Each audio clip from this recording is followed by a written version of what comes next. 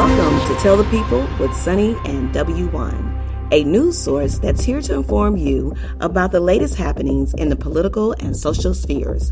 As always, please like this video, subscribe to the channel, and hit that notification bell so you never miss out on video uploads, breaking news, or when we go live.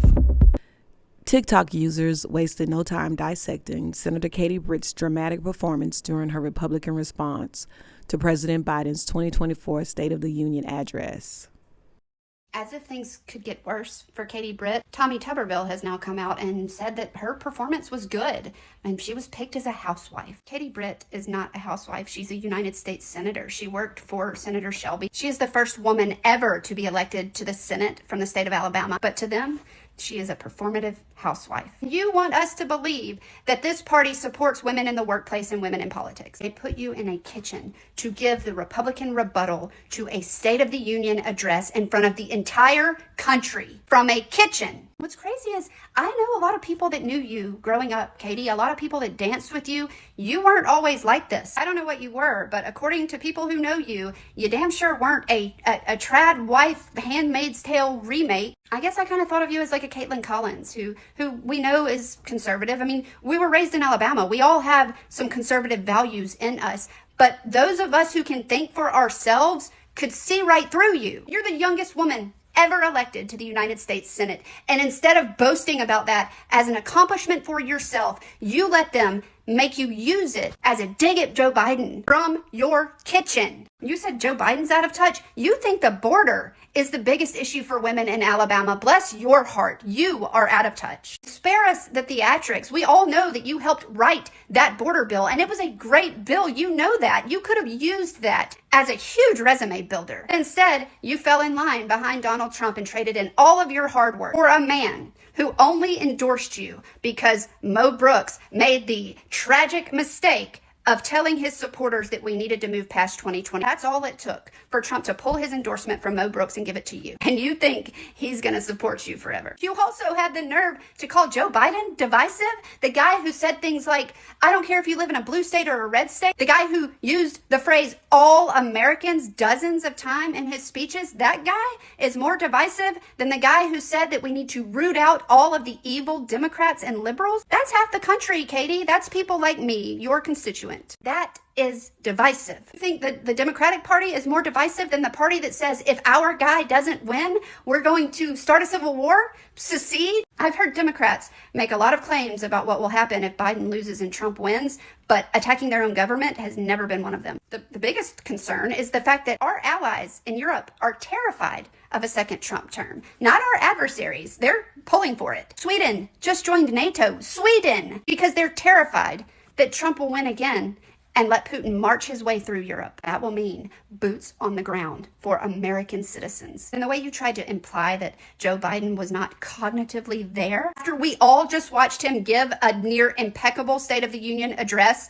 talking to the entire nation for over an hour. Dementia doesn't just go away when the cameras turn on, Katie, especially not at night. Telling the American people not to believe their own eyes and ears might work on the poorly educated, but the rest of us were incredibly insulted. And since you brought up Laken Riley, let's talk about her for a second. Your party invited Laken's family to the State of the Union address. You knew that. You knew that they declined that invite and they asked for privacy. You took the time to exploit her death. Your party made buttons. They let Marjorie Taylor Greene dress up like a clown, screaming, say her name, as if we all weren't appalled by her senseless murder. Senseless murders in this country are not exclusive to illegal immigrants. You know what is exclusive to one demographic? Mass shootings. 99% of them are committed by white men, white American men. Using your logic, we should just ban all white men from America and we could solve mass shootings. You told a very heartfelt story about a woman who had been raped while failing to mention